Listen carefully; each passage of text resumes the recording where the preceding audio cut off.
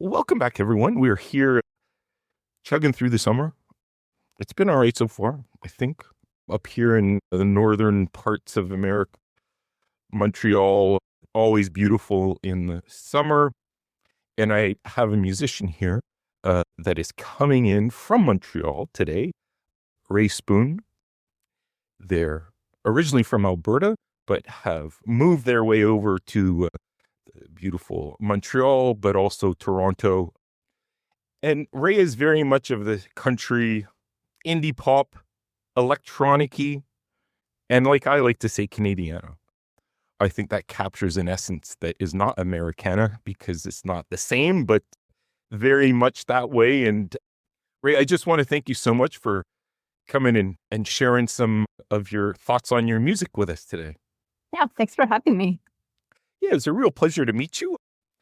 I'd like to start these off with a little walk down memory lane of moments that kind of really affected your musical path or your musical journey. Are there moments that are always kind of stick out as kind of having a foundational effect on the course of your musical journey that you're on still today? I think, it depends. Like songwriting wise, probably, but probably more easy to identify as, I guess, what might be more considered as like career wise. I really think, like I grew up in Alberta, like Calgary, Treaty 7 territory. But I moved to Vancouver when I was 19. And then by the time I was 20, I was playing festivals and, I put out an album and I was touring. So then that was very much based on like the amount of support there was in that city at that time. So I think that I see that as a pivotal moment, like for sure. Yeah. Yeah.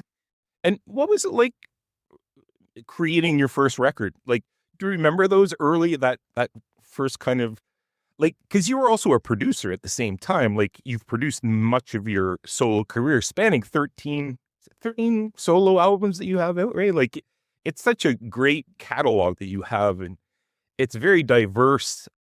What was that first kind of like record creation process like for you, as like coming into finding your voice, kind of the way that you wanted to sing and play? And can you kind of open that door a little bit up for us of that first kind of kick at the can, as we say?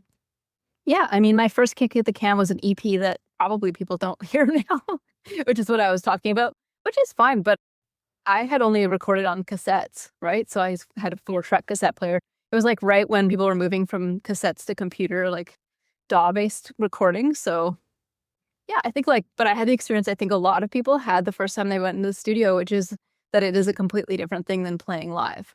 And so, playing in time and the clicker, or how you're going to play with musicians maybe you don't usually play shows with and things like that. So that was like a crash course in learning.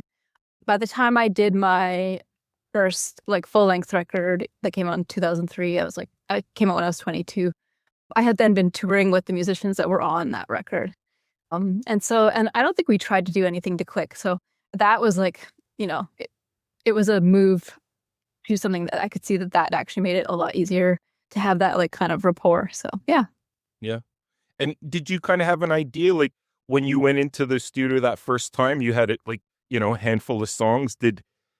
How did those songs come to be? Like, had you been writing for a long time, all the way up in, like, were you writing songs in your teens and stuff? Like, was that something that was a Yeah. part of what you did? Yep. Yeah, I started writing songs when I was maybe 12 or something, and I had been playing shows since I was like 17. So that was something, and that was just kind of what I wanted to do. So I purposely didn't go to university because I knew I wanted to play music, which is, sounds silly, but it's not actually, I think that was a really good decision at the time for me. But yeah, so I think but I didn't know like the capacity, like, beyond recording on a 4-track, like the digital, what's possible. And so, yeah, so it was cool to work with session musicians and things like that who were in Vancouver at that time to just really expanded my view of like how you could make music. While I was still, and I think at that point I hadn't really started playing country. I started playing country and writing country more when I realized more like that I missed it or where I was from, if that makes sense. Like it's so ubiquitous. And then I grew up a lot on singing in church and, and gospel music through whatever interpretation my church had of it. But I think that kind of started to come out of me in a surprising way. So by the time my first record came out, that was where it was at. And yeah. Interesting. And did you kind of have a style or a genre that you wanted to put forth, or was it kind of like all up in the air and we'll just see, like, did country kind of like, because it had been a part of your, your growing up, like, was that kind of a go-to because it was a safe, familiar, I said, maybe not safe, but familiar? Yeah. I think actually I more leaned to like that was a time when there was like folk music that wasn't country was pretty popular. Like someone like Ani DeFranco, or there were like some people, she was like an independent musician, and there was like, she was on the cover of the there was like of the Rolling Stone or something when I was in high school. So there's like evidence that there were pathways for, I suppose, songwriter, folk music. Like I wasn't really coming from like a punk background musically, although probably I do values wise, like since the beginning, So, but yeah, I think country, it was interesting because then I met actually a bunch of other folks who were playing like old time music, bluegrass, country, and who are also like, just from more punk communities and or queer at that time. So it was something that other people were interested in, but yeah, definitely the actual business side of it, that was not. That wouldn't have been like, I would say it's like it was a very bad business plan to like come out as trans and start playing country music in the same year. But and being out as queer before that wasn't like, it was actually a not a very common thing to even be out and queer as a musician in the late 90s. So Okay. yeah.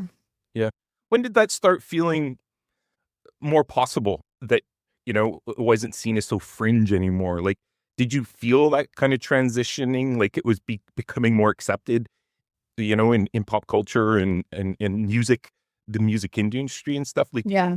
have a sense of when that started to shift a little bit more to the left a little bit? Yeah, I think maybe 2016, I had a good 15 years of, it was a good, but actually because of how great and small the Canadian media, like it's a really, and industry is because it's a small place.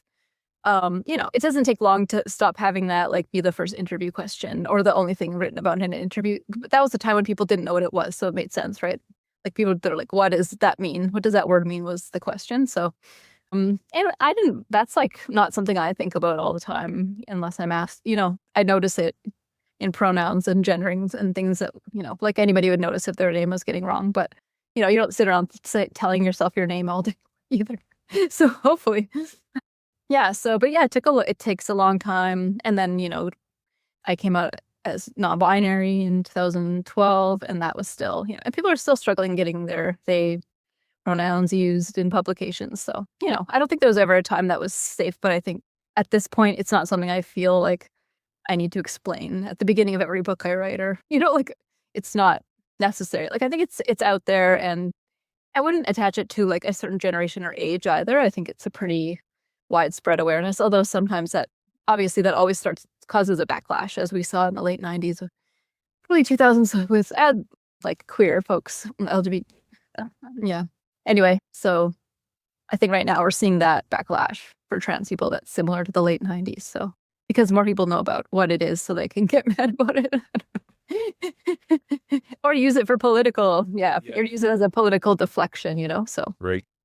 Well, we won't talk politics, but it's about, so when you were kind of like not, out there being trans, or like, did your songwriting style shift? Like, was it hard to kind of like not pour who you are into the music that you were creating?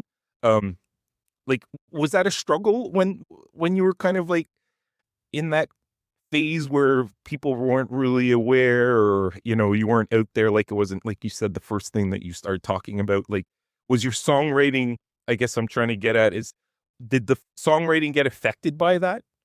I mean, yeah, I don't know. I don't think so. Because I always just wrote songs and they matched as I changed through who I was. So it was not something actually that's, I didn't even specifically write anything about being queer or trans in my songs. Like maybe a pronoun or something that might be implied, like of a subject, but nothing like that until 2008, which is kind of interesting because that's when I was like, okay, I'm just going to write what's actually happening to me. And so, when I started doing that in 2008 and kind of slowly started walking a bit away from country for almost 20 years, I was like, I'm going to write what actually, I was like calling it Canadian Gothic or something like, so I wrote songs like, like Off the Grid, like things I started to actually mention it because I realized that was something that also differentiated me from other artists, if that makes sense. Like, so, and then now it's like, there are obviously, sometimes I write songs that are really specific, but most of them aren't, I think it's fun to use like a sense of humor. It can be a more complex, Yeah, I agree. And I've loved how you've kind of changed over the years. I mean, like I mentioned, you've been writing music for so long, and the records that you're putting out, the styles tend to morph too as the years roll on, from kind of like definitely a country origin story shifting to more indie poppy electronic started to seep its way into like just such a great. I mean, I liked how you weren't gender locked. It's like the genre thing, right? yeah. And I think there's a freedom to when you don't fit into music industry, like the standards of music, whatever it was at that point. Now there is no industry, nobody's making money. I don't know why we call it that, but I think it's like that's like a coal mine. It doesn't have coal in it, but at the point, not fitting into like gender confines also allows the freedom to like just maintain independent. Like there's not as many people interested in changing your content or being a part of that. So I always love that idea of being able to just, reflect what I want to reflect about my environment. But yeah, I was living in Montreal 2008, and then I was also living in Germany a bit, and and I was touring a lot in Europe for years. So like I think that those musical influences were also coming in with like rock and like electronic music, and yeah. Yeah, totally. I was just listening to the Hidden Camera's latest record that came out late last year, and Right. like they gone full electronic and beats, and like it's just, I mean, I find it's great, and allowing those kind of like things to expand, and you're not just like pigeonholed into like, nope, this is what I do.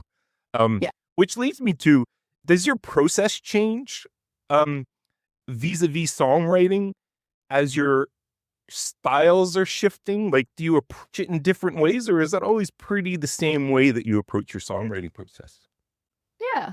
I think I started using computers as a tool. Like I didn't use computers at all. I just kind of wrote on guitar, banjo, or whatever instrument till around 2006 or 7, I guess. 2007 maybe is when I first got a computer at all. So that changes, and it's actually nice for being a producer to kind of like be able to just play with other parts to create like demos, and also play with like, yeah, like elements that you're not having to accompany yourself live to like, because if you're not without that, then, it allows like to step back a bit from the music and hear it, or to try different parts, or then, just trying to like rely on that live thing. But I also think a lot of people like myself also spent a long time looking for a drum sound, and then realized that a live drummer would have done it in a minute, like, so there's something, so live playing is something that just can't be replaced. And so, yeah, anyway, it's a very interesting dynamic, but I do like to take different like paths and now actually I'm trying to use chords that I can't play on, on the guitar. So I'm watching my chord stuff, and I'm doing, it's just more, yeah, just interval changes and adding notes and stuff. But that also, if I can't, is more geared to maybe the computer to like, just maybe, or start simple on the guitar and then add ninths and sixths or whatever later, right? But yeah, I really like also chords that are changing in a repetition, so around the same melody, things like that. So yeah, so that kind of stuff, I think that's really common in pop music, but it's interesting how you can kind of make these complex chords more invisible, that they don't stick out in a way, So Yeah, interesting. And do you have a feeling when you're on to something with a song? Like, is it a phrase or a series of chords that you're just, playing around with? Like, what tends to be that nucleus that starts a song that you'll want to harness, like keep playing it or flushing it out? Is there something in that magic sauce that that sparks at like, okay, this is okay. I got to keep working on this one. Yeah. I mean, very like lyrics based, especially my last record, that's country. So those are usually start with a one-liner, right? You like whatever the line or like the title of the song, you can start and write around it. So it depends though. Yeah, I think often I'm very like hooks based person. Like I don't know, in my music I often write things and then throw them away and see what I remember, which is like I'll, whatever I remember about what I was writing, then that must stay in my memory. I don't always do that, but I love like hooks and things like that. So, but I often I like, to conceptualize things all as I do. Like by my 13th album, I was, like the last one, it was very much like just thinking about returning to country music a bit, but how that would look and how I could incorporate, everything that I learned. And also, I think the first time I was singing country music, it got a little twangy for my taste. I don't think it was like that far from my original accent, but I wanted to sing it like more, like just less thinking about it being country and just sing it. And that's the whole joke about being assigned a country singer, because it just happens if I don't think about it. So I just kind of like tried to lean towards that. Then I don't need to, it's not a costume or like something I need to put on or take off, So, Right. Yeah. And so your latest, the latest record that came out, Country Music Breaks My Heart, the first track. So would that be an example of that first line was kind of the seed that started that song? Yeah. Like, nice. That was the first line I wrote on the whole album, actually, because I was thinking about writing about the reasons why, writing about that experience, because it did break my heart in some way. That's part of why I moved to more electronic and pop music, just because it was a hard time I think it was like too soon for a lot of LGBTQ2S people, like, or whatever, to like enjoy country and not get completely triggered if they were from that background. And then convincing folks, and I'm from a working class family in Alberta. If I played in Red Deer, my cousins would be there, like off the oil rigs or whatever, so it's not that I don't like share a background. I don't think you need that background to play country music. I think it's about opening that, it's about having a connection to it at this point. And so, yeah, it's not necessarily about that, but, I was thinking about how to do that. So, yeah. And like, what was the shift? Like, if you look back at your last country record that was put out and then this one, what do you notice, like, right away, the biggest differences? Like, are there thesis statements different from the last one you did to this one that just came out this year? Yeah, I think the last one I did, it was called Whitehurst Comes Rolling, and that was 2007. I don't really know. But that was a record that there was still like lots of queer people on it, like Alison Russell and my friend Anna Teixeira, and like then John Wood recorded in Vancouver. That was done to tape. It was kind of an accident because I just had the songs and I'd been playing so many shows live, right? So I think at that point I was in a momentum. I was playing like 200 or more, 250 shows a year, so, and I recorded that country duets album with Rodney DeCrew called Truckers Memorial, which was like, yeah, I like that record. It's funny. And we would tour small towns. It's almost like the like performance art level couple country song where people just didn't know our relation to each other. And it was funny till it wasn't funny, so, and I actually I love Rodney's songwriting, and it was really cool to get to do that. But yeah, I think there was something where the last one, it was more of I'm just doing what I was already on this path. I wasn't really like planning it. But this one, I think it's maybe a lot. I thought about it for a long time. It took me years to write it and years to record it. So, the craft of what I've been working on over like 25 years kind of starts to show producer wise, and then it is almost all trans non-binary people playing on it, and definitely lots of queer people, lots of diversity, which I've always valued. But yeah, there was a lot of comments from folks just that it was nice to like spend and their time playing this music together in that group, because it doesn't happen very commonly, and technicians and like, so that was kind of interesting. I have a lot of footage of us recording it that I would like to maybe put out, because I think it's just really interesting because it does sound very, very country in a way. Like no one would say it's not people who know how, and then when you see these like really punk, I mean, folks who do play country music, but like it's like different folks. It's just like it's not the image that a lot of people have around it. So yeah, it was just an honor to work with all those people. But yeah, it's also like I really designed this one for like live performance. Like my last record, Not Dead Yet, was about my like cancer treatment experiences and complications. It's very like a lot of emotions, but maybe not my favorite live record, Like it was, it's good to like express that stuff, but I also think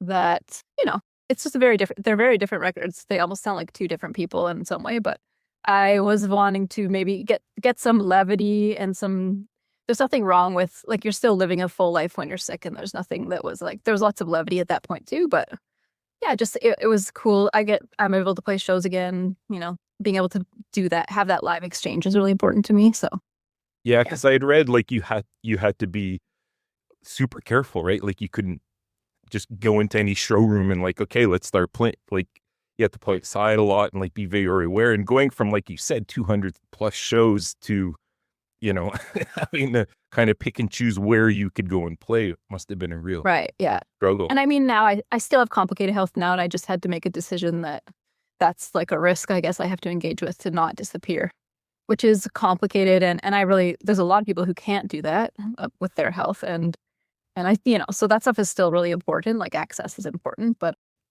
yeah, I think that does that make it a working class job? Yes, maybe putting your body in harm's way.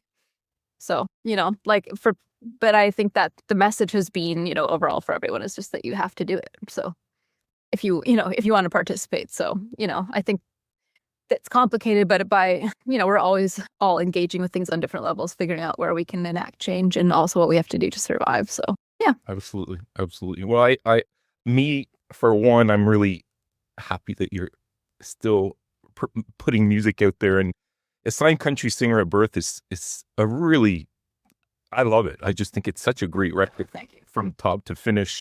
I love the beginning song too. It kind of sets the stage for, kind of playful in a way. Yeah. And how do you find it now has been received? It's been out, it came out in April, right? Yeah, 10th of April. How have you felt it's been received? Like, are people kind of getting the intent that you had behind it? Yes, for sure. I think so. At live shows, especially, like I played in places, played at the West End Cultural Center, like in Winnipeg, or I played in Saskatchewan. I hadn't been there in 6 years. But people still come to my shows, like whatever number of them. The fact that anyone comes to my shows is like really wild to me. So, I'm just like, I like the touring and the actually going out and playing. And then there's just like fun surprise parts of it. And it's cool to I can see that things have really shifted in just like the human rights aspect or the like presence of certain parts of my identity, because it's more if I'm singing about my ostomies and I'm trans, like I don't know, it's like the Ostomy Cowboy song has been the big breakout surprise, because I feel like I play for lots of groups of elders, older folks at festivals. I love the ones that are super intergenerational, and and then you have this idea, people think older people, oh, they're not gonna like, but actually, like, we're just rocking out, and like the ostomy thing, like a lot of them understand and talk, so it's like, it's interesting to see these, like all the connections that can be made. So, which is something that like, I think is so valuable. You get to learn from so many different people. Right. And pushing acceptance and, we're all in this together, and we're, like humanity, empathy, like all of these great human feelings that we all feel, like bringing those together. I find that's such a remarkable thing to do, and to have the power to do that. Curiously, like when you're up on stage, like are people oftentimes singing to like the songs that you're singing? Like do you realize that you have a bigger following than you thought maybe you had? Yeah, people do that. Like if the songs are out before, they might be singing along to them. I try to like not think about how big of a following I have, if that makes sense. Like, actually, I didn't put this record on Spotify, but I don't look at metrics as much as possible. Like, I don't look at how many people like a post. Or like, you know what I mean? Like, I kind of decided, like, I realized that the whole thing is like a choose your own adventure. So all of my surprising experiences are far more like qualitative than quantitative, and I think that that's really, really cool. So if it's something, something more in depth, like someone named their baby after you, I don't know. And that's like, and the rest, I think the qualitative ones are the ones that's where you can lose your way. And that's the way you can get kind of preyed on by whoever's, by that star system pyramid scheme that seems to be going around, So Yeah, the industry has shifted, as you alluded to at the beginning of this conversation, right? The music industry, if it's an industry at all anymore, because it just seems more of on like likes and checks and thumbs ups and, which feels kind of empty. yeah, I mean, I think like social media and the internet's like a very real space. It's more the idea of working for free, like the idea of selling a goal that it's like nobody knows what the actual goal is, if that makes sense. So, I think having like real goals and then how you're going to reach them, then that's great if you want to figure out how to interact with social media in that way, but not anything without limitation, And so if the social media engagement is making someone happy and feeling connected, great, but if you have 2 million streams, you're not going to make any money. So like the money is kind of out of the equation no matter what you do. So but kind of keeping that idea of like that the connection is what it is, So so that's kind of interesting. And I try to learn from like so many artists have so many different paths of how they find that. So yeah, so that's something I'm really interested in and always ask people about. Yeah. Very cool. Well, Rae, this has been a stellar conversation. I try to keep it to 25, so I have so much more we could talk about, but we'll have you come back around sometime. And Great. Yes, I'll have to make the new records. And well, is maybe my last question is, what does the rest of 2026 hold for you and the music? And yeah, I'm still touring, so I'm going to drive to Newfoundland from Montreal, like because I want to see it, and I'll pick up my bass player, and then we'll go to Halifax. So I'm touring the Maritimes, and I'm actually writing my 4th book, which is called Cancer Person. So I have to finish that by November. But yeah, I'm also producing a couple of records and working on a theater project. So but for as far as a full length album goes, I think my album cycle is more like every 3 years now. Makes sense. I want at least a year to write it, a year to record it, and a year to actually make the films or like the content. The films are visual representations. So, just like taking it more, again, a qualitative approach. So yeah, but we're just starting to write it in Montreal. So. oh, cool. And is the orientation a little bit similar to assigned country singer at birth, or is it again like, are you liking that kind of train that you're on right now? Yeah, I like it. I was pushing more for experimental type elements on that record, and I think there are, but they're more buried in the actual like parts of the players. So I have access to so many cool people on that record that played saw. I also know like really good there. I was thinking about the Montreal is a very vibrant scene of experimental and also lots of improvisational musicians. So I think I'm thinking about country in an experimental lens. With an experimental lens, it'll just end up probably being pop songs because, but see how far we can push it. But actually maybe like co-writing at the beginning level of like picking time signatures and chords and stuff with those musicians, and then writing around that and seeing how much we can hide of that complexity and still make it sound like pop music, So I don't know. It's fun. Like I love it. So my experience making it is my only experience of it. So yeah, I'm excited. Yeah. Thank you so much for having me. Oh, it's been a great pleasure.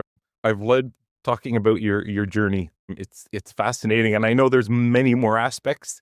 But again, we'll look to the future for another conversation. Right. So people go out there and check them out. They'll be touring in the East Coast. Rae Spoon, latest album came out, Assigned Country Singer at Birth. Absolute amazing record. Good luck on the tour. Good luck on the writing and the noveling. I guess that's the noveling. Thanks. Have a nice day. Thanks. Cool. Thanks.